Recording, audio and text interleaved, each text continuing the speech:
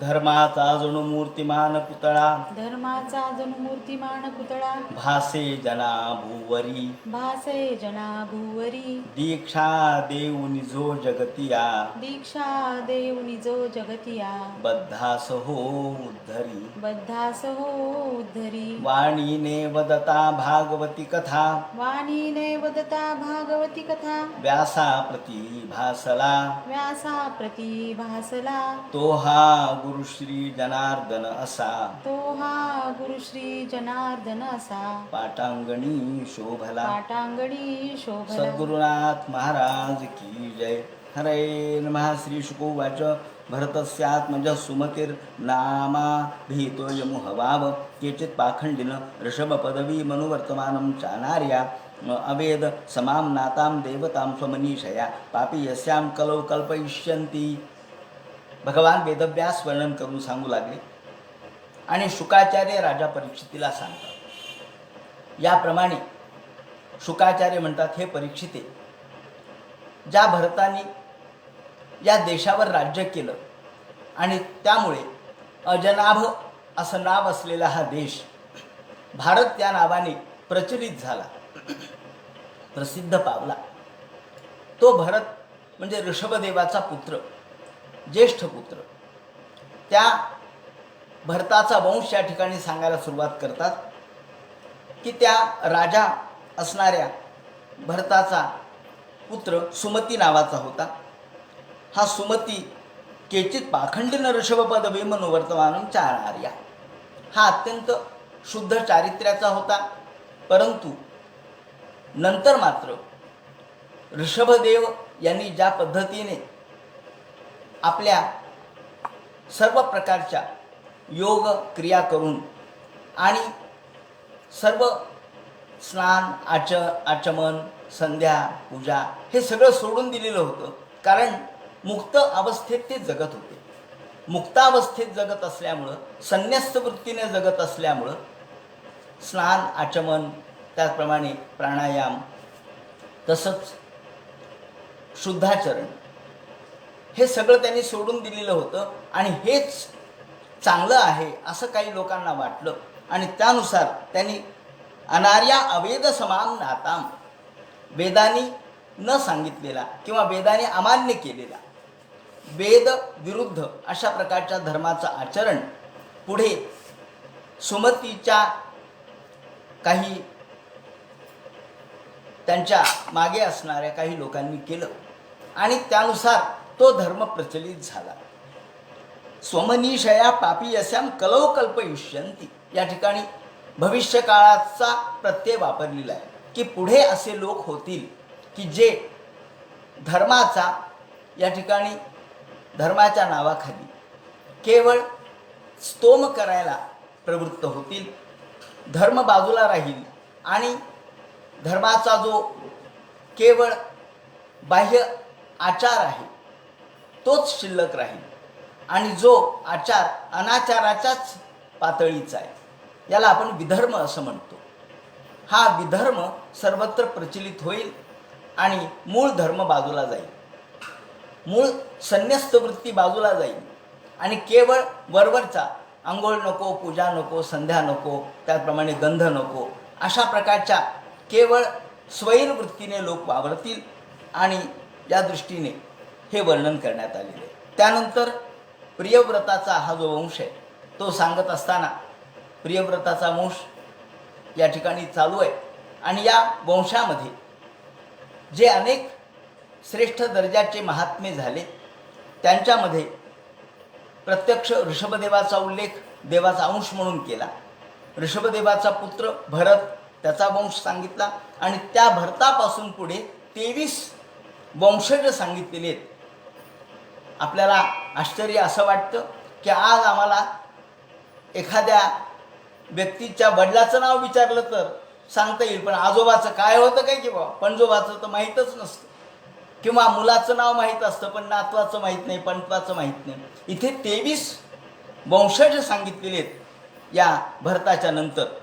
भरत आणि नंतर त्याचा सुमती, त्याचा देवताजित, त्याचा देवद्युम्न, त्याचा परमेष्ठी, त्याचा प्रतिह, त्याचा प्रतिहर्ता प्रतिहर्तापासून अज आणि भूमा अशी 2 मुलं झाली. त्या भूमाचा उद्गीत, त्याचा प्रस्तावापासून विभू, त्याचा पृथुशेन, पृथुशेनाचा नक्त, नक्ताचा गय. हा गय विष्णूचा अंश होता असं म्हणतात. आणि त्याच्यापासून चित्ररथ आणि सुमती, अवरोधन असे 3 मुलं झाले. त्यापैकी चित्ररथाचा सम्राट, त्याचा मरीचीचा बिंदू, बिंदूचा मधूचा वीरव्रत, त्याचा मंथू, प्रमंथू आणि भौवन असे 3 मुलं त्याला झाले. आणि भौवनापासून त्वष्टा झाला, त्वष्ट्यापासून विरज झाला. म्हणजे या विरजाला 100 मुलं आणि 1 मुलगी झाली. शतजित त्याच्यापासून झाला, तो प्रख्यात झाला. याप्रमाणे भरताच्या नंतर 23 ते 24 मुलांचा वंश पुढे सांगितलेला आहे. म्हणजे आणि हे जे नाव आहेत या ठिकाणी हे काही काल्पनिक असण्याचं कारण नाही, आपल्याला माहीत नाही म्हणून काय झालं, परंतु हे सगळं जे त्यांनी मांडलं त्याच्या मागे इतिहास सांगण्याची भूमिका आहे. आणि हा इतिहास पुराणांच्या मध्ये कसा आहे हे जर आपण पाहिलं तर ऐतिहासिक दृष्टिकोनातून पुराणांचा अभ्यास करता येऊ शकतो. या दृष्टीने या शतजित हा प्रख्यात झाला असं वर्णन केलेलं आहे. यानंतर पुढे जंबूद्वीपाचं, नवखंड पृथ्वीचं आणि सप्तद्वीपवती असणाऱ्या पृथ्वीचं वर्णन या ठिकाणी सुरू केलेलं आहे. आणि हे वर्णन वाचत असताना या ठिकाणी हे जंबूद्वीप हा मध्यभागी कसा आहे हे त्याने या ठिकाणी सांगितलं. ते म्हणतात की हा जो जंबूद्वीप आहे तो राजाने या ठिकाणी प्रश्न उपस्थित केला की हे शुकाचार्य महाराज, तुम्ही आम्हाला पूर्वी सूर्याचा प्रकाश जिथपर्यंत जातो तिथपर्यंत तारागण सहित हे सगळं आम्हाला दिसतं, हा भूमंडलाचा विस्तार आहे असं पूर्वी तुम्ही सांगितलं. आता आम्हाला आणखी त्याचे विवरण करा असं म्हटल्यानंतर म्हणजे राजाच्या तोंडून हा प्रश्न उपस्थित झालेला आहे. आता हे जे सगळं वर्णन आहे पंचमस्कंधामधलं, तसा विचार केला तर पुराण किंवा भागवत पुराण प्रामुख्याने, तसंच वायुपुराण आहे, अग्निपुराण आहे, हे जे पुराण आहेत हे पुराण आपल्याला जीवनातील अनेक गोष्टी, जीवनातले अनेक शास्त्र हे याचं आपल्याला अवगत करणारे आहेत.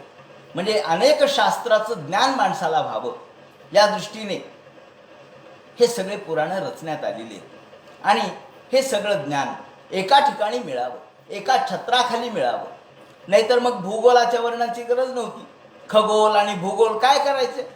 अहो, खगोल आणि भूगोल हे आपल्याला इतिहासाच्या दृष्टीने, आमच्या व्यापक ज्ञानाच्या दृष्टीने, विविध शास्त्रांचा आम्हाला अभ्यास व्हावा या दृष्टीने महत्त्वाचं आहे. म्हणून उक्तस्त्वया भूमंडलयामवशेषो या ठिकाणी भूमंडल शब्द वापरला आहे. मंडल म्हणजे गोल, हे भूमंडल आहे, भूगोल आहे. म्हणजे याचा अर्थ असा की त्या काळामध्ये पृथ्वी गोल आहे हे पक्कं माहीत होतं. पृथ्वी चौकोनी आहे, पृथ्वी कशी आहे, आडवी आहे का, उभी आहे का. गेल्या जवळपास 17व्या शतकापर्यंत आपण बघितलं पाश्चिमात्यांच्यामध्ये की कोपर्निकसचं नाव आम्ही घेतो. अहो, कोपर्निकस कशाला? कोपर्निकसच्याही आधी कितीतरी वर्ष, किंबहुना 5000 वर्ष आम्हाला पृथ्वी गोल आहे हे माहीत होतं. नाहीतर भूगोल असा शब्द आलाच नसता. शब्द कधी तयार होतात? अहो, माहीत असल्याशिवाय शब्द कसे तयार होतील? एखाद्याचं ज्ञान असल्याशिवाय शब्द तयार होत नसतात. शब्दाची निर्मिती ही ज्ञानातून होते, म्हणून आपोआप शब्द निर्माण होत नाहीत. उक्तस्त्वया भूमंडलयामवशेषो यावदादित्य स्तपती तत्र चाचो ज्योतिषाम गणाम गणेश चंद्रमा वासः दृश्यते. तुम्ही आम्हाला हे सगळं सांगितलं. आता हे जे भूगोल वर्णन आहे, खगोल वर्णन आहे, हे जर आज आधुनिक दृष्टीने पाहायचं झालं तर आपल्याला भागवतामधलं विज्ञान पाहावं लागेल. भागवतामध्ये वैज्ञानिक दृष्टीने किती किती गोष्टी सांगितलेल्या आहेत. आणि हे सांगण्याच्या मागं कारण काय? आता याच्या मागं कारण हे सगळं विश्व हे ब्रह्माचं स्वरूप आहे, हे ईश्वराचं स्वरूप आहे. सगळ्या कणाकणामध्ये जर ईश्वर असेल तर तो डोंगरात नाही का, तो नदीत नाही का, तो समुद्रात नाही का, तो सूर्यात नाही का, तो चंद्रात नाही का? आहे. आणि म्हणून विश्वव्यापक असणाऱ्या ब्रह्मांडाचं जे व्यापक स्वरूप आहे, ऐश्वरीय स्वरूप आहे, ईश्वराची जी सत्ता आहे, त्या सत्तेच्या दृष्टीने हे विवरण आलेलं आहे. पण याचबरोबर या विवरणाला जर आपण आधुनिक ज्ञानाची जोड दिली तर भागवत पुराण ज्यांच्यासाठी लिहिलं गेलं किंवा सांगितलं गेलं, परीक्षितीला सांगितलं, परंतु परीक्षितीच्या निमित्ताने संपूर्ण समाजाला शहाणं करावं. रामदास स्वामींनी म्हटलंय, शहाणे करुणी सोडावे बहुत जन. लोकांना शहाणं केलं पाहिजे, लोकांना ज्ञानसंपन्न केलं पाहिजे. अध्यात्मामध्ये सुद्धा माणूस तत्पर असला पाहिजे, परंतु त्याला भौतिक सृष्टीचंही ज्ञान असलं पाहिजे. या दृष्टीने भौतिक दृष्टीच्या पद्धतीने हे जर आपण ज्ञान पुन्हा आजच्या संदर्भात तपासलं तर आपल्याला काय दिसतं याचं विवरण या ठिकाणी मी करणार आहे. आणि म्हणून तत्रापि प्रियव्रत चरण चरण या ठिकाणी विवरण असे की प्रियव्रताने जे आपण बघितलं यापूर्वीच्या अध्यायांच्या मध्ये की प्रियव्रत याने सूर्य ज्या बाजूला नाही त्या बाजूला जावं आणि सूर्य या बाजूला गेला तर तो त्याच्या विरुद्ध बाजूला जात असे, कारण तिकडं अंधार आहे म्हणून, आणि स्वतःच्या रथाचा तो प्रकाश पाडत असे. याप्रमाणे त्यांनी ज्या पर्यटन केलं, जे फिरला, त्याच्या रथाचे चाकं जे उमटले त्यातून हे सप्त समुद्र निर्माण झाले. आणि परिखात हे सप्तभिसप्त सिंधव उपकृता यत येतस्याः सप्तद्वीप विशेष विकल्पतया भगवान खलु सूचित येत वाकिलमहम मानतो लक्षणस्य सर्व ज्ञासामी. या सगळ्या गोष्टी या ठिकाणी सप्तद्वीप हे त्यातून निर्माण झाले आणि सप्तसागर त्यातून निर्माण झाले. त्याच्या ज्या चकाऱ्या आहेत त्या चकाऱ्यांच्या मधून म्हणजे फिरण्यामधून जी गती आणि खाली पृथ्वीवर ज्या खुणा उमटल्या त्यामध्ये जे पाणी साठलं ते सप्तसागर. याप्रमाणे आता या ठिकाणी ऋषीच्या तोंडून हे सगळं सांगितलेलं आहे. ऋषी उवाच असं म्हटलं. आता ऋषी म्हणजे कोण? ऋषी म्हणजे ज्यांना ऋक शब्द आहे, ऋ म्हणजे प्रवाही, गतिमान, ज्यांना सर्व विश्वाचं ज्ञान आहे त्यांना ऋषी म्हणतात. जे तत्वद्रष्टे आहेत त्यांना ऋषी म्हणतात. ऋषीणाम पुनराद्यानाम वाचमर्थानुधावती असं वर्णन आहे. ऋषीणाम पुनराद्यानाम वाचमर्थानुधावती. ऋषींचं वैशिष्ट्य काय? ऋषी कोणाला म्हणायचं, मुनी कोणाला म्हणायचं, यात फरक आहे. मननात मुनीही, जो मनन करतो तो मुनी, पण जो द्रष्टा आहे तो ऋषी आहे. आणि ऋषी हा त्रिकाल द्रष्टा असतो. ऋ शब्द गतिमान आहे. देवीसिंग चौहानांनी ऋ शब्दाचा अर्थ सांगत असताना, ऋग्वेद शब्दाचा व्याख्यान देत असताना त्यांनी ऋ म्हणजे प्रवाह. तर कशाचा प्रवाह? तर कालाचा प्रवाह, गतीचा प्रवाह, सगळ्या संपूर्ण विश्वाचा प्रवाह जो गतिमान आहे त्याचं ज्याला ज्ञान आहे तो ऋषी आहे. आणि म्हणून ऋषी हा शब्द ऋषीनाम पुनराद्यानाम वाचमर्थानुधावती त्यांनी वर्णन केलंय. वाचमर्थानुधावती म्हणजे आपलं कसं आहे, आपण शब्द उच्चारल्यावर अर्थ कळतो. आपण समजा शब्दाचा उच्चार केला मग अर्थ कळाला. समजा माती असं म्हणलं तर मातीचा अर्थ कळाला, पाणी असं म्हणलं तर पाणी कळालं. पण त्यांचं तसं नसतं. त्यांचं असं असतं म्हणे की ते शब्दाच्या उच्चारासाठी थांबतच नाही. वाचमर्थानुधावती म्हणजे आधी अर्थ बाहेर पडतो आणि मग शब्द बाहेर पडतो. म्हणजे पहा, याचं वर्णन माऊलींनी केलेलं आहे. अर्थो बोलाची वाट न पाहे तेथ अभिप्रायाचे बिये भावाचा फुल्लोरा हो तुझाय मतीवरी.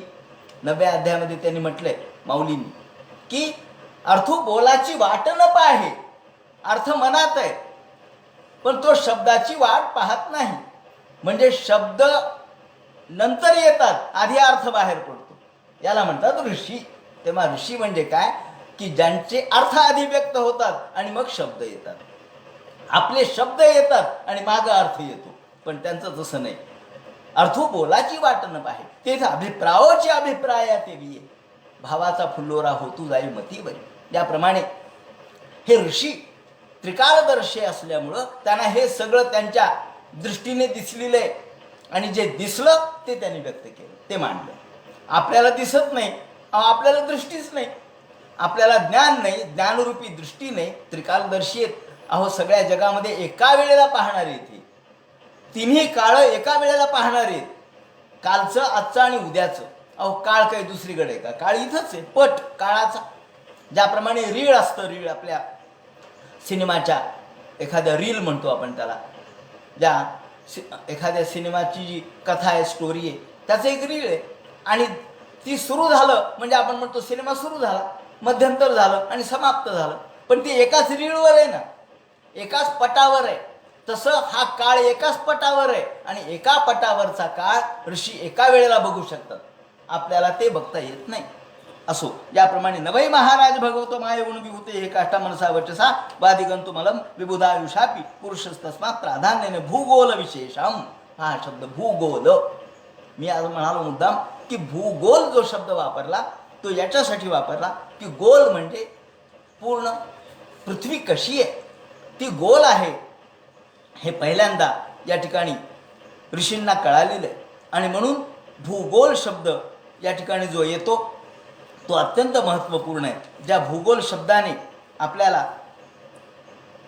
गोल हा शब्द, पृथ्वी गोल आहे याचा पुरावा यातून आपल्याला प्राप्त होईल. 5000 वर्षापूर्वी आपल्याला भूगोल माहीत होता. नामरूप मानलक्षण तो व्याख्यास्यामा.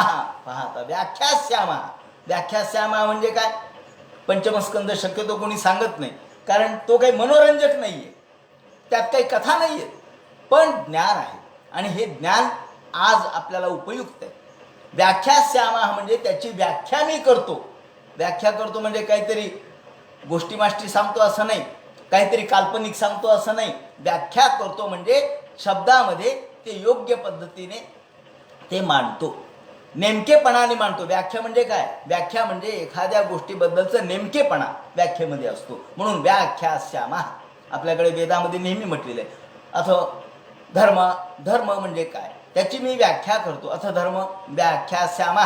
अथ धर्म म्हणजे काय याची मी व्याख्या करतो. ब्रह्म म्हणजे काय? अथा तो ब्रह्म जिज्ञासा व्याख्यास्यामा. आम्ही त्याची व्याख्या करतो. आणि हा एक जण करत नाही. व्याख्यास्यामा या शब्दाने अनेक वचन सूचित झालेले. व्याख्यास्यामी कुठे आहे? मग तो एकटा ऋषी झाला असता. ते म्हणतात नाही, आम्ही सर्वांनी मिळून याचा विचार केला, अनेक शास्त्रज्ञ बसले.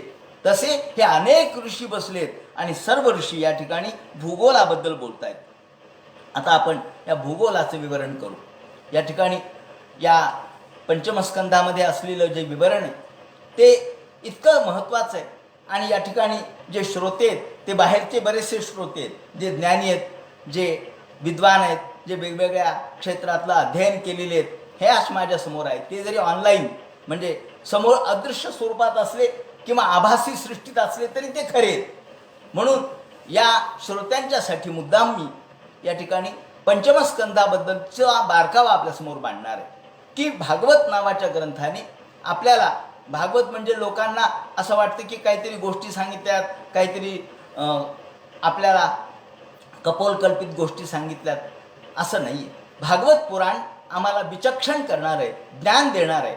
आणि हे भौतिक स्वरूपाचं ज्ञान, या ठिकाणी संपूर्ण विश्वाचं ज्ञान, भूगोलाचं ज्ञान.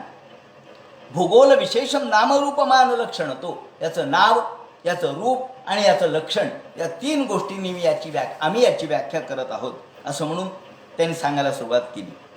आता त्यामध्ये प्रामुख्याने जम्बूद्वीपाचं वर्णन, नवखंड असणाऱ्या पृथ्वीचं वर्णन ते करू लागलेले आहेत. ते म्हणतात की हे सगळं भूमंडळ आहे आणि हे वर्णन करताना आपल्या डोळ्यासमोर ते चित्र उभं राहावं यासाठी ते म्हणतात की हे भूमंडळ कमलाप्रमाणे आहे. पहा, यो वायम द्वीप कुवलय कमल शोकाभ्यंतर कोशो नियुत योजन विशाला. आता कमल कोशाप्रमाणे, तर कमळ कसं असतं? कमळाच्या पाकळ्या कशा असतात? कमळाच्या पाकळ्या बाहेर मोठाल्या आणि मग आतमध्ये लहान लहान लहान लहानपणे अशा पद्धतीने पाकळ्यांची रचना असते आणि मध्ये केसर असतं. त्याप्रमाणे या भूगोलाची रचना, हे समग्र भूगोलाची रचना, द्वीप कुवलय कमल कोशाभ्यंतर कोशो नियुत योजन विशाला समवर्तुलो यथा. समवर्तुलो गोल आहे, वर्तुळाकार आहे, म्हणजे पृथ्वी गोल आहे, वर्तुळाकार आहे. यथा पुष्करपत्रम, ज्याप्रमाणे आपल्याला पुष्कर म्हणजे कमलपत्राप्रमाणे हे दिसतंय. 7 द्वीप कमळकोशाप्रमाणे यामध्ये जम्बूद्वीप हे मध्यभागी आहे आणि हे जम्बूद्वीप जो मध्यभागी आहे तो त्याच्या बाजूला सुमेरू नामक सुवर्णांकित पर्वत आहे. आता हे जे योजनांचं वर्णन आहे हे आपल्या सगळं डोक्याच्या बाहेरचं आहे, परंतु त्यांनी जे वर्णन केलं ते सांगतो आणि हे आपण खोटं मानू शकत नाही. कारण यांना हे खोटं सांगून काय मिळवायचं होतं? खोटं सांगून काय मिळवायचं होतं? काहीच नव्हतं. मग खोटं का सांगतील हा प्रश्न आहे. म्हणून 84,00,000 योजन उंच असा हा पर्वत आहे. त्याचं शिखरावरची उंची 32,000 योजन आहे आणि पायथा 16,000 योजन आहे. योजन म्हणजे किती? योजन म्हणजे 8 मैल. आजच्या भाषेत 8 मैल म्हणजे 1 योजन. आता याप्रमाणे आपण त्याचं गणित करत बसा. हा पृथ्वीचा आधार आहे. कोणता? सुमेरू पर्वत हा पृथ्वीचा आधार आहे. या सुमेरू पर्वताच्या बाजूला इलावृत हा दक्षिणेला असलेला भाग आहे. इलावृत वर्षाच्या दक्षिणेला इलावृत नावाचं वर्ष म्हणजे एक ठिकाण, स्थान. वर्ष म्हणजे इयर या अर्थाने नाही, वर्ष म्हणजे स्थान. हे इलावृत वर्षाच्या दक्षिण बाजूला 3 पर्वत आहेत. कोणते पर्वत आहेत? हिमालय पर्वत आहे. म्हणजे हे कुठलं वर्णन आहे पहा. हे आपल्या उत्तरोत्तर म्हणजे अगदी भारताच्या शेवटच्या उत्तर टोकाचं वर्णन आहे. मानस सरोवराच्या पलीकडचं वर्णन आहे असं मला वाटतं. कारण इलावृताच्या दक्षिणेला हिमवान पर्वत आहे म्हणजे हिमालय पर्वत आहे. म्हणजे त्याच्या दक्षिणेचा आपल्या उत्तरेला आहे पण तिकडून ते दक्षिणेला. त्यानंतर हेमकूट नावाचा पर्वत आहे आणि निषध नावाचा पर्वत आहे. त्याच्या उत्तरेला नीलश्वेत शृंग, पूर्वेला आणि पश्चिमेला माल्यवान आणि गंधमादन. सुमेरूच्या चारही बाजूला मंदर, मेरुमंदर, सुपार्श्व, कुमुद इत्यादी पर्वत आहेत. आणि हे 10,000 योजने विस्तार असलेले पर्वत आहेत. एकेका पर्वतावर मोठमोठे अशा प्रकारचे वृक्ष आहेत. एकावर आम्रवृक्ष आहे, दुसऱ्यावर जांभळाचा वृक्ष आहे, तिसऱ्यावर कदंबाचा आणि चौथ्यावर वटाचा म्हणजे वडाचा.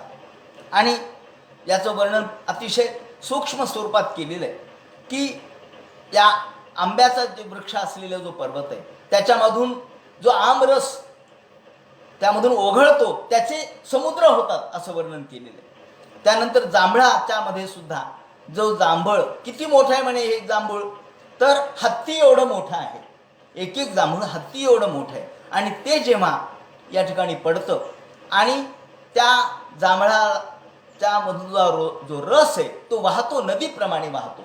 आणि तो जेव्हा सुकतो किंवा त्याचा जेव्हा ज्याला आपण त्याचं स्वरूप हे बदलतं, द्रव स्वरूपाच्या ऐवजी तो घन स्वरूपात होतो, तेव्हा त्यांच्यापासून जांबू नद नावाचं सुवर्ण तयार केलं जातं.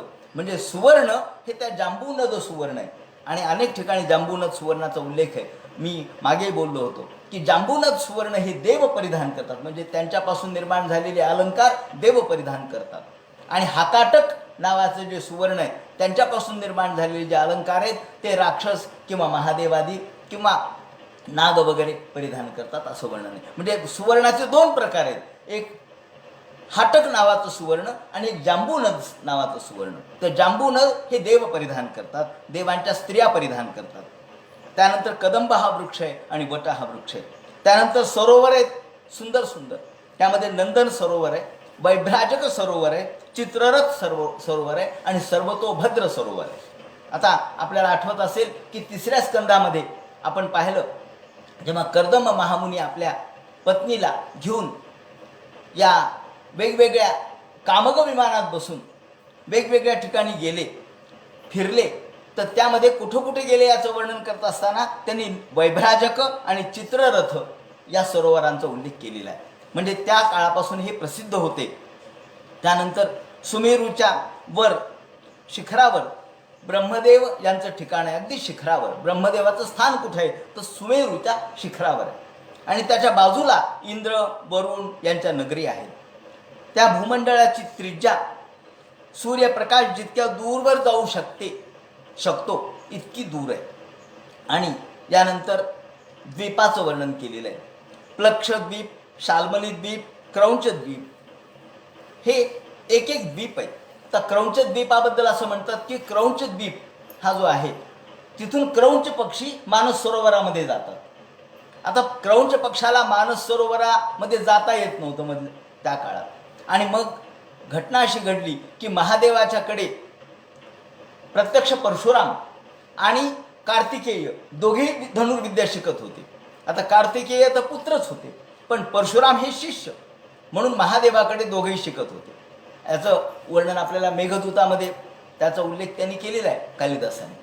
तर हे शिकत असताना मग दोघांच्यामध्ये स्पर्धा लागली की कोणाचा बाण जोरात जातो. स्पर्धा. मग महादेव म्हणाले चला बाण मारा, आणि ज्याचा बाण जास्त जोरात जाईल, वेगात जाईल, तोच खरा धनुर्धर. आणि मग आधी कार्तिकेयाला सांगितलं बाण मार. कार्तिकेयाने जो बाण मारला, त्या बाण मारल्यानंतर त्यांनी त्या क्रौंच, त्या काळातला जो क्रौंच नावाचा द्वीप त्यातून निर्माण झालेला तिथे एक पर्वत होता, त्या पर्वताच्या मधून जो बाण गेला तो मानसोत्तर जो सरोवर आहे, म्हणजे मानस सरोवराकडे जाणारा जो रस्ता आहे, तो यांच्या बाणामुळे तयार झाला. म्हणजे पर्वत भेदून तो बाण गेला.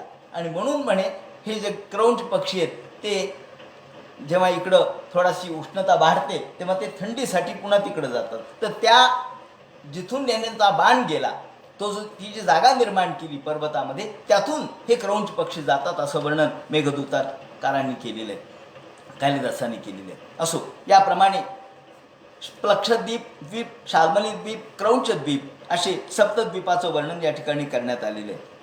त्यानंतर या गंगावतरण आपल्याला या ठिकाणी ते सांगतात की गंगा ही कशी निर्माण झाली, ही कशी प्रगटली, किती त्याची शक्ती किती मोठी होती आणि कधी प्रगटली. तत्र भगवत साक्षात यज्ञलिंगस्य विष्णोर विक्रमतो वामपादांगुष्ठ नख निर्भिन्नो ऊर्ध्वांड कटाह विवरेण अंतः प्रविष्टा सा बाह्य जलधारा तच्चरण पंकजावने जनारुण किंजल्क. आता या ठिकाणी ज्या वेळेला बलीकडे वामनाने 3 पावलं जागा मागितली आणि ती 3 पावलं माझ्या पायाने द्या असं म्हटल्यानंतर त्यांनी ती मान्य केलं आणि मग वामनाने त्रिविक्रम रूप धारण केलं. पूर्ण तिन्ही जे पृथ्वी आकाश हे सगळं व्याप्त करून टाकलं आपल्या अस्तित्वाने, शरीराने.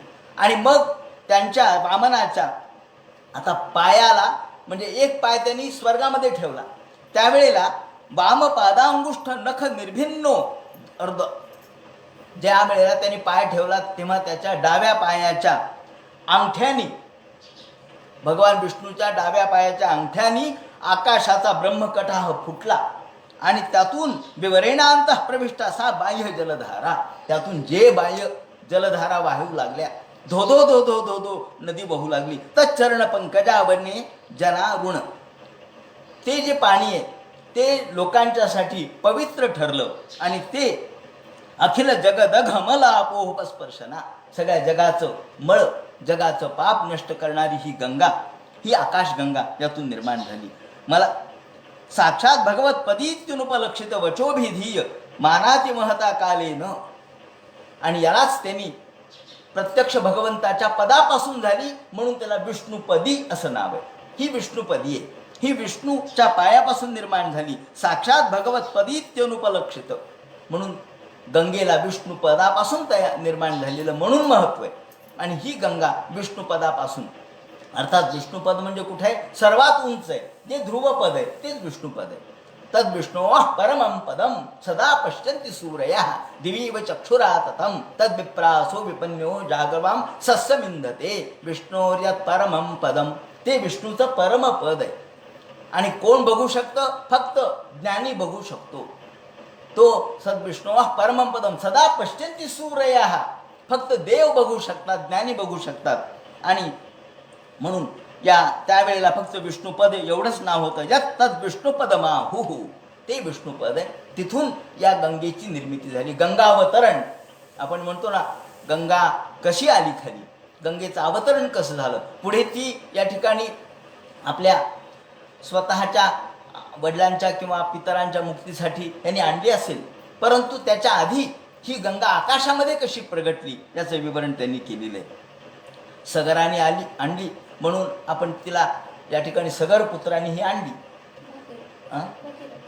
भगीरथाने, सगर पुत्र भगीरथ यांनी ती आणली म्हणून तिला आपण भागीरथी असं नाव देतो.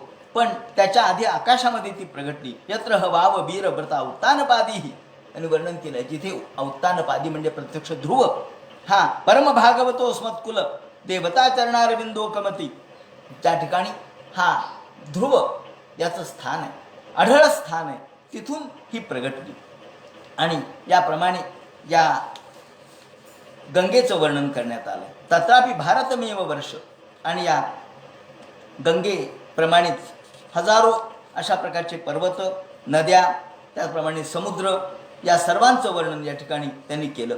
आणि हे करता करता करता आपण या भारत देशामध्ये, भारत असणारा जो देश आहे तो कसा श्रेष्ठ आहे हे सांगताना ते म्हणतात की या भारत देशामध्ये विधेही योगम त्वयीन स्वभावमिती, या भारत देशामध्ये सरिच्छैलाहा संती बहो, अनेक नद्या वाहतात, अनेक पर्वत आहेत. कोणकोणते पर्वत आहेत? मलय आहे, मंगल आहे, मैनाक आहे, त्रिकूट आहे, ऋषभ आहे, कुटक आहे, त्याप्रमाणे कोल्लक आहे, सह्य म्हणजे सह्याद्री आहे, देवगिरी आहे, ऋष्यमुख आहे, श्रीशैल आहे, व्यंकट आहे, महेंद्र आहे, विंध्य आहे, वृक्ष आहे, अशा अनेक द्रोण आहेत, चित्रकूट आहे, गोवर्धन आहे, रैवतक आहे, ककुभ आहे, नील आहे, गोकामुख आहे, इंद्रकील इत्यादी हजारो पर्वत ज्या भारत देशामध्ये आहेत. त्याचप्रमाणे ज्या भारत देशामध्ये चंद्रवसा ताम्रपर्णी, चंद्रवसा नदी आहे, ताम्रपर्णी आहे, अवटोदा आहे, कृतमाला आहे, म्हणजे ही गंगा तर आहेच आहे, परंतु त्याचबरोबर कावेरी, वेणी, पयस्विनी, शर्करावर्ता, तुंगभद्रा, कृष्णा, वेण्या, भीमरथी, गोदावरी, निर्विंध्या, पयोष्णी, तापी, रेवा, सुरसा, नर्मदा, चर्मणवती, सिंधू, त्याप्रमाणे शोण. आणि शोण नदी आपण पाहिली असेल तर शोण नदी नेहमी उलटी वाहते. उलटी म्हणजे ती वरतून काहीच दिसत नाही, आतून वाहते. त्याचं तिला एक शाप झालेला होता असं एक वर्णन त्या संदर्भात केलेलं आहे. असो, याप्रमाणे ही शोण नदी, त्यानंतर महानदी, त्यानंतर त्रिसामा, कौशिकी, मंदाकिनी, यमुना, सरस्वती, दृषद्वती, गोमती, त्यानंतर सरयू म्हणजे शरयू, रोधस्वती, सप्तवती, सुषोमा, त्याप्रमाणे शतद्रू याचं वर्णन वेदामध्ये सुद्धा आलेलं आहे, या शतद्रू नदीचं वर्णन. त्यानंतर मरुत्वधा, असिक्री, विश्व इत्यादी महानदी या ठिकाणी आहेत. आणि अशा वेगवेगळ्या प्रकारच्या नद्या आणि महानद्या ज्या भारतामध्ये वाहतात, तो भारत देश अत्यंत श्रेष्ठ दर्जाचा आहे. ज्या भारत देशामध्ये या सर्व नद्या आहेत, वाहतात.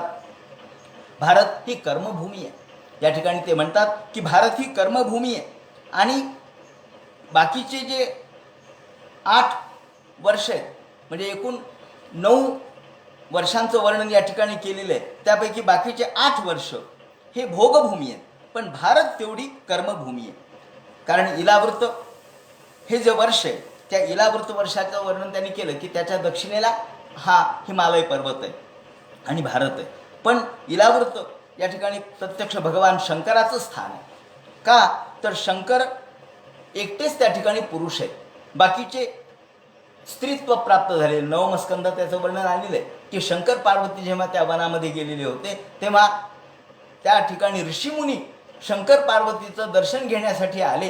त्यावेळेला पार्वतीला राग आला की आम्हाला थोडाही निवांतपणा मिळू देत नाहीत, आणि म्हणून पार्वतीने शाप दिला की जो कोणी या वनात येईल तो स्त्री होईल.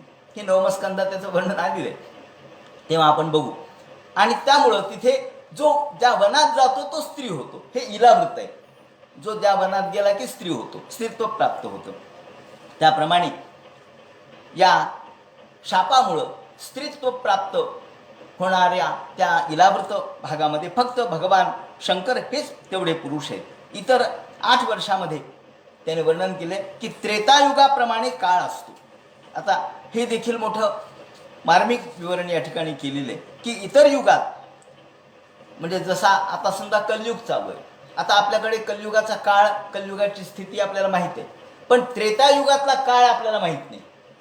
काळाचं स्वरूप काय असेल माहीत नाही. परंतु माझ्या असं वाचनात आलं की ही जी पृथ्वी फिरते, पृथ्वीला 3 गती आहेत. एक स्वतःची गती, स्वतःभोवती फिरते, दुसरी सूर्याभोवती फिरते, ही एक गती आहे, आणि तिसरी एक गती आहे पृथ्वीला, ती अक्षाभोवती फिरण्याची. आणि जेव्हा पृथ्वीचा अक्ष बदलतो त्यावेळेला युग बदलतात.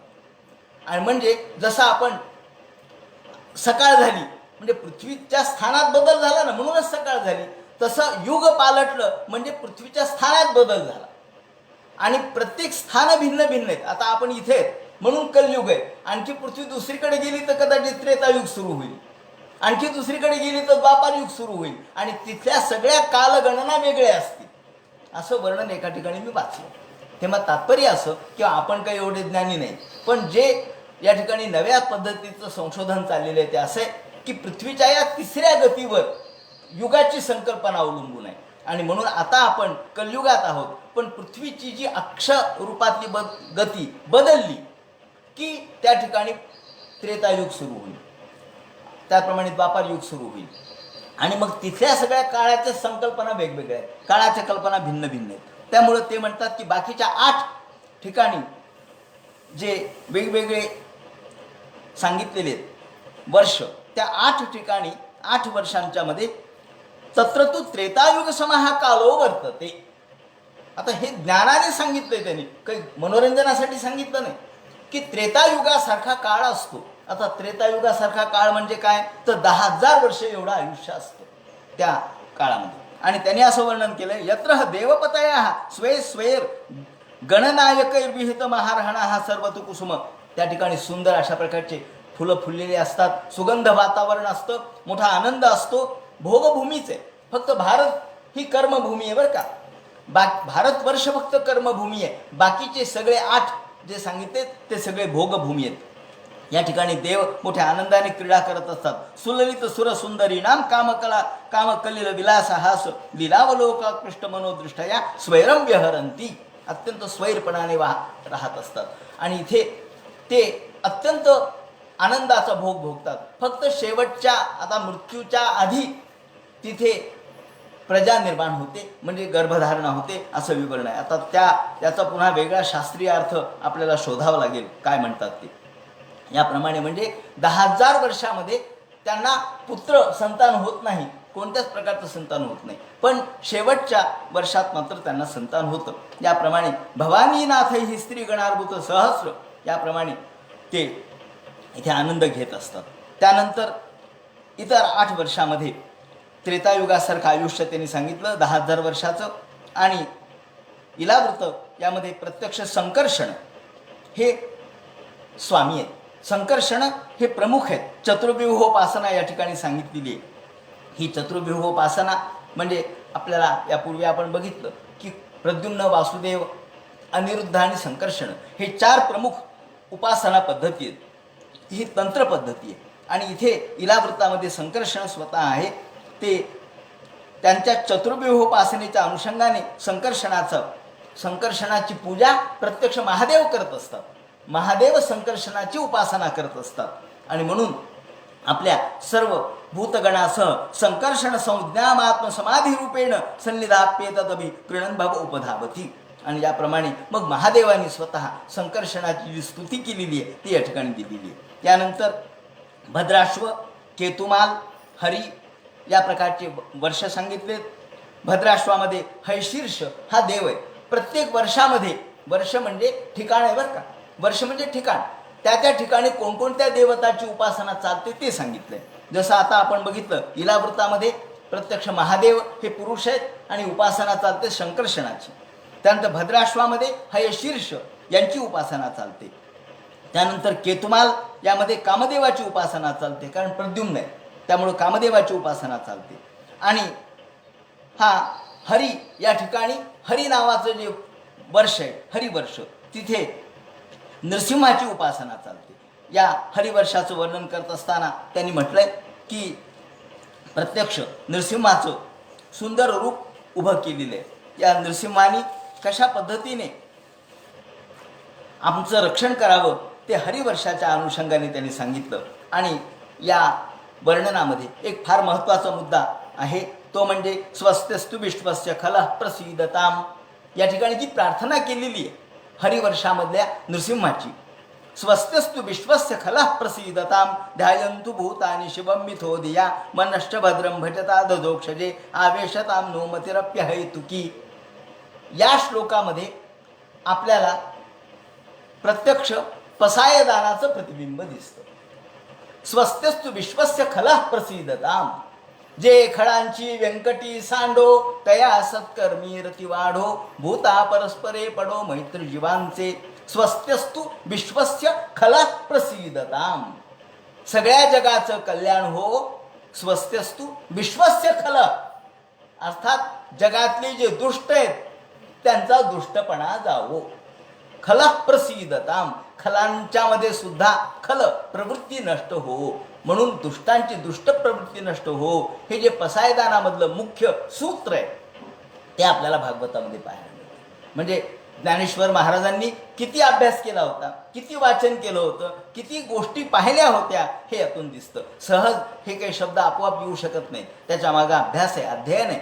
आणि म्हणून हे भागवतातलं जर पसायदान कुठे आहे असं म्हटलं तर ते पंचमस्कंधामध्ये हरी वर्षाच्या वर्णनामध्ये जेव्हा नृसिंहाचं वर्णन केलेलं आहे त्यामध्ये आहे.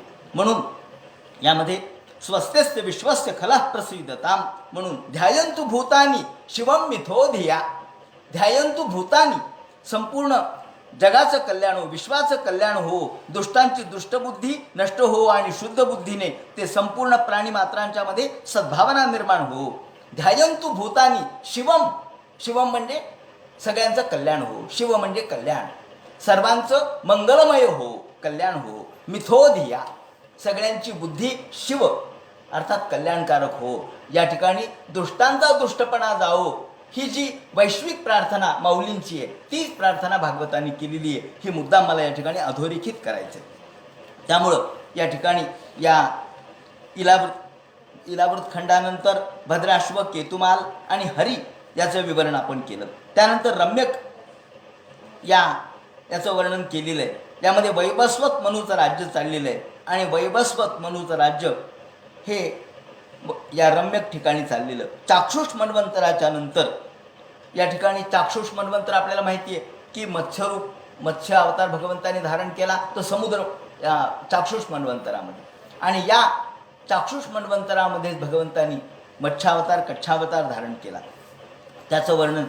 आणि त्यामुळं भगवान माया रम्यकच भगवतः प्रियतम मात्स्यमवतार रूपम, रम्यक या ठिकाणी मत्स्यावताराचं भगवंताचं वर्णन केलेलं आहे आणि त्याची स्तुती केली जाते. याप्रमाणे तस्य हिरण्मयेपी भगवान वसती कूर्मतनू, त्यानंतर कूर्म अवताराचं वर्णन आणि भगवंताने जो कूर्मावतार धारण केला याचं विवरण या ठिकाणी केलेलं आहे. पुढे किंपुरुष वर्षाचं वर्णन आहे.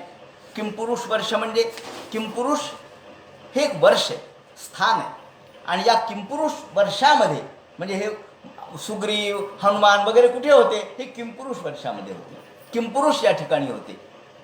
म्हणून किंपुरुष वर्षे भगवंत मादिपुरुषम लक्ष्मणाग्रजम सीताभिरामम रामम तच्चरण सन्निकर्ष भरिता परम भगवतो हनुमान सह किंपुरुषे भक्तिरूपास्ते. ज्या ठिकाणी भगवान हनुमान भक्तीची उपासना करतात ते किंपुरुष आहे. आणि म्हणून या ठिकाणी भगवान रामाचं पूजन केलं जातं, रामाचं विवरण केलेलं आहे. हे राम भगवान कसे आहेत याचं विवरण केलं आहे. आणि यानंतर किंपुरुष वर्षाच्या मध्ये भगवान श्रीरामचंद्राची पूजा अर्चा केली जाते, ज्यामध्ये भगवान हे जे मारुतीराय आहेत ते रामाची पूजा वगैरे करतात. त्यानंतर भारतवर्षाचं वर्णन केलेलं आहे. मला या ठिकाणी मुद्दाम थोडंसं अधिक विवरण करतो. भारतवर्ष म्हणजे भारत देश आपला, या भारत देशाचं वर्णन केलेलं आहे. आता हा भारत कसा आहे, भारतेपी वर्षे भगवन नरनारायणाख्य, भारतवर्षामध्ये नरनारायणाची पूजा आहे. भारतवर्षामध्ये नरनारायण या ठिकाणी ज्या शांतपणाने आपल्या स्वतःच्या जीवनामधलं सर्वस्व त्याग करून ज्या योगाचा अनुभव घेतात, ज्या समाधीचा अनुभव घेतात आणि आकल्पांत मुपचित धर्म ज्ञान वैराग्यैश्वर्य, धर्म ज्ञान आणि वैराग्य यांनी उपचित होऊन, यांनी प्रगट होऊन ते अत्यंत श्रेष्ठ दर्जाचं उपासना करतात. भारतामध्ये कोणाची उपासना आहे तर भगवान नरनारायणाची उपासना आहे. तम भगवान नारदा वर्णाश्रमवती भी भारती भी, यांनी असं वर्णन केलंय की भगवान नारदानी या ठिकाणी जे तंत्र सांगितलं, ज्या नारदानी ज्या तंत्राचा उल्लेख केला त्या तंत्रामध्ये या नरनारायणाच्या उपासनेचा उल्लेख आहे. याप्रमाणे पुढे विधेयी योगम त्वयेन स्वभावमिती या भारताचं वर्णन करत असताना ते म्हणतात की सर्व देवसुद्धा या भारताला अत्यंत महत्त्व देतात. ज्या भारतामध्ये एवढ्या आल्या नद्या वाहतात, मगाशी या नद्यांचं वर्णन केलं, किती प्रकारच्या नद्या आहेत, त्याचप्रमाणे किती प्रकारचे पर्वत आहेत. या पर्वतांचं आणि नद्यांचं वर्णन केल्यानंतर ते म्हणतात की या भारतामध्ये जन्म घेण्यासाठी देवसुद्धा लालायित होतात. तर एत देवही देवा गायंती, देव काय म्हणतात, अहो अमीशाम किमकारी शोभनम प्रसन्न येशाम स्विदुतु स्वयं हरिः यैर्जन्म लब्धम दुषुभारताजिरे मुकुंद सैवोपैकं स्प्राह्यः. ते म्हणतात या भारतामध्ये जे आम्ही जन्माला आलो तो खरोखर अलौकिक आहे. कारण भारत हा असा देश आहे की ज्यामध्ये जन्म घेणं हे पुण्याचं लक्षण आहे. यैर्जन्म लब्धम दुषुभारताजिरे या ठिकाणी आपण आजच्या भाषेमध्ये जर विचार केला तर ज्याला आपण राष्ट्रभक्ती म्हणतो, ज्याला आपण पॅट्रिऑटिझम म्हणतो, ज्याला आपण नॅशनॅलिटी म्हणतो, त्याचं विवरण या श्लोकामध्ये करण्यात आलेलं आहे. मला असं वाटतं की या पंचमस्कंधातल्या या विवरणाचा जर बारकाईने विचार केला तर आमच्यामध्ये आमच्या भारत देशाबद्दलची किती निष्ठा होती हे या ठिकाणी प्रगट होईल. ते म्हणतात अहो आमिषाम किमकारी शोभनम, या आम्ही किती मोठं पुण्य केलं असेल की ज्यामुळे आम्ही भारतामध्ये जन्माला आलो. प्रसन्न येशाम स्मृती स्वयं हरिः, ज्या ठिकाणी प्रत्यक्ष हरीने अवतार धारण केले, वेगवेगळे अवतार या ठिकाणी धारण केले. आणि म्हणून आम्हाला जर स्वर्ग नकोय, स्वर्गातलं पुण्य जर थोडंफार शिल्लक राहिलं असेल आमचं, तर आम्हाला भारतात जन्म घ्यायला देवाने परवानगी द्यावी. आम्हाला थोडा जरी पुण्याचा लाभ, पुण्याचा अंश शिल्लक असेल तर यैर्जन्म लब्धम दृशु भारताजिरे, या ठिकाणी आमच्या भारतामध्ये आम्हाला जन्म द्यायला देवानी या पुण्याचा उपयोग करावा. आणि म्हणून नयत्र नारायण पादपंकजम, दुसरीकडे नारायण भगवंताच्या पूजे अर्चेला स्थान नाही आहे. कारण भारत ही कर्मभूमी आहे. या ठिकाणी कर्माने माणूस पुढे जातो, कर्म करूनच माणूस या ठिकाणी कर्मयोगी बनतो.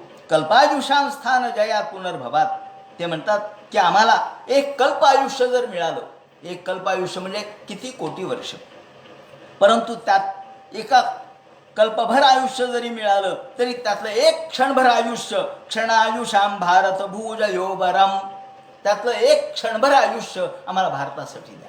भारतात एक क्षणभरासाठी जन्म द्या, बाकी आम्हाला कल्पभरचं आयुष्य नको.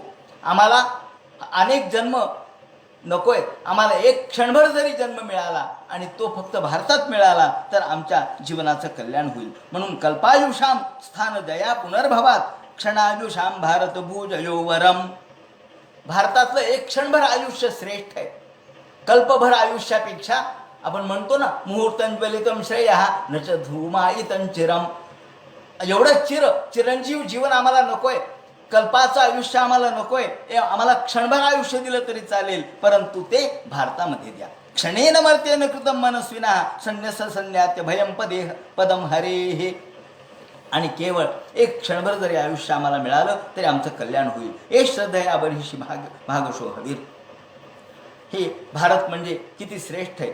यामध्ये ज्ञान, वैराग्य आणि सगळ्या प्रकारचं कर्म करण्याची संधी आहे. आणि मनुष्य जन्म जर प्राप्त झाला तर आम्हाला कर्म करून मुक्त होता येतं. त्याप्रमाणे ते म्हणतात की या भारताचं वैशिष्ट्य असं आहे, गृह्णाती पूर्ण स्वयमाशिषाम प्रभू, प्रत्यक्ष भगवान श्रीहरी पूर्ण काम या ठिकाणी प्रसन्न होऊ शकतो. म्हणून या ठिकाणी स्वर्गभोग यातलं जरी थोडंफार पुण्य शिल्लक राहिलं असेल, या ठिकाणी यद्यत्र न स्वर्ग सुखावशेषितम, स्वर्ग सुखातलं अवशेषित थोडं जरी आम्ही यज्ञ केला, याग केला, यामुळे आम्हाला स्वर्ग मिळाला, पण यातलं एक थोडं जरी पुण्य शिल्लक राहिलं, स्विष्टस्य सूक्तस्य कृतस्य शोभनम, आम्ही यज्ञ केले, याग केले, जप केले, तप केले, होम केले, आणि यातून जे पुण्य मिळालं ते थोडं जर शिल्लक राहिलं असेल स्वर्ग सुख भोगून, तर ते नाजनाभे स्मृतिमज्जन्म न स्यात्. या ठिकाणी अजनाभे असा शब्द आहे, ते नाजनाभे, अजनाभ. आपण बघितलं की भारत या नावापूर्वी अजनाभ हे या देशाचं नाव होतं. म्हणून ते नाजनाभे स्मृती जन्म न स्यात्, आम्हाला भारतात जन्म द्या आणि तेवढं स्विष्टस्य सूक्तस्य काही आम्ही जप तप होम यांनी करून जर आम्हाला स्वर्ग मिळणार असेल तर या स्वर्ग सुखापेक्षा आम्हाला भारतात जन्म होण्याचं सुख जास्त आहे. स्विष्टस्य सूक्तस्य कृतस्य शोभनम तेना जनाभे स्मृती मज्जन्म न स्यात् वर्षे भजताम शंतनोती. या भगवंताच्या शम कल्याणकारक असणाऱ्या नावाचा आणि त्यांच्या हरिकथेचा आस्वाद आम्हाला घेता येतो. म्हणून पूर्वजन्म कर्मानुसार आम्हाला जर जन्म प्राप्त झाला तर केवळ भारतातच तो जन्म प्राप्त व्हावा. म्हणून आपण मध्यंतरी बघितलं होतं की ज्याप्रमाणे हिंदीमध्ये असं म्हटलेलं आहे की हे भारत म्हणजे काय आहे, हे मोठं वर्णन त्यांनी केलेलं आहे. चंदन है इस देश की माटी, चंदन है इस देश की माटी, तपोभूमि हर ग्राम है, हर बाला देवी की प्रतिमा, बच्चा बच्चा राम है. याप्रमाणे हे भारताचं जे वैशिष्ट्य निर्माण झालं ते उग निर्माण झालं नाही. यामागे अनेक ऋषी मुनी तपस्वी साधू यांच्या तप आणि यज्ञ याग, त्याप्रमाणे तपो आणि वेगवेगळ्या प्रकारच्या उपासनेचं फळ भारतामध्ये आहे. भारताच्या मातीला मातीच्या कणाकणाला याचा स्पर्श आहे. म्हणून देवांच्यासाठी सुद्धा हे दुर्लभ आहे असं त्यांनी म्हटलंय. म्हणून या देव दुर्लभ असणाऱ्या या जम्बूद्वीपांतर्गत असणारे जे 8 द्वीप आहेत त्यापैकी भारत म्हणजे भारतवर्ष हे जे द्वीप आहे तो केवळ आम्हाला कर्म करण्यासाठी उपयुक्त आहे. आणि या भारतामध्येच केलेलं कर्म अनेक जन्माला आम्हाला पुण्यकर्म प्राप्त करून देणार आहे. म्हणून अशा प्रकारच्या या भारताचं वर्णन केलं. त्यानंतर स्वर्णप्रस्थ, इंद्रशुक्ल, आवर्तन, रमणक, मंदर, हरिण, पांचजन्य आणि सिंहलो लंकेती. आज आपण ज्याला लंका किंवा सिंहल द्वीप म्हणतो त्या सिंहल द्वीपाचं वर्णन त्यांनी केलंय. आणि या सिंहद्वीपालाच लंकेती म्हणजे त्यालाच लंका म्हणतात असं स्पष्टपणे म्हटलंय. सिंहलो लंकेती हीच सिंहल द्वीप आहे, तीच लंका आहे. अशा पद्धतीने याचंही वर्णन या ठिकाणी केलं. आता उद्याच्या चिंतनामध्ये या भागवतकारांनी ज्या वेगवेगळ्या ग्रहांच्या गतीचं विवरण केलेलं आहे, गतीचं खगोलाचं वर्णन जे केलेलं आहे, वेगवेगळ्या ग्रहगतीचं सूर्याच्या गतीचं जे विवरण केलेलं आहे त्याच्यामधलं जे विज्ञान आहे त्याची चर्चा उद्याच्या चिंतनामध्ये करू. कुंडली कवरदे हर विठ्ठल, सीताकांत स्मरण जय जय राम, पार्वतीपते हर हर महादेव, श्रीमज्जनार्दन गुरुमूर्तये नमः. हरे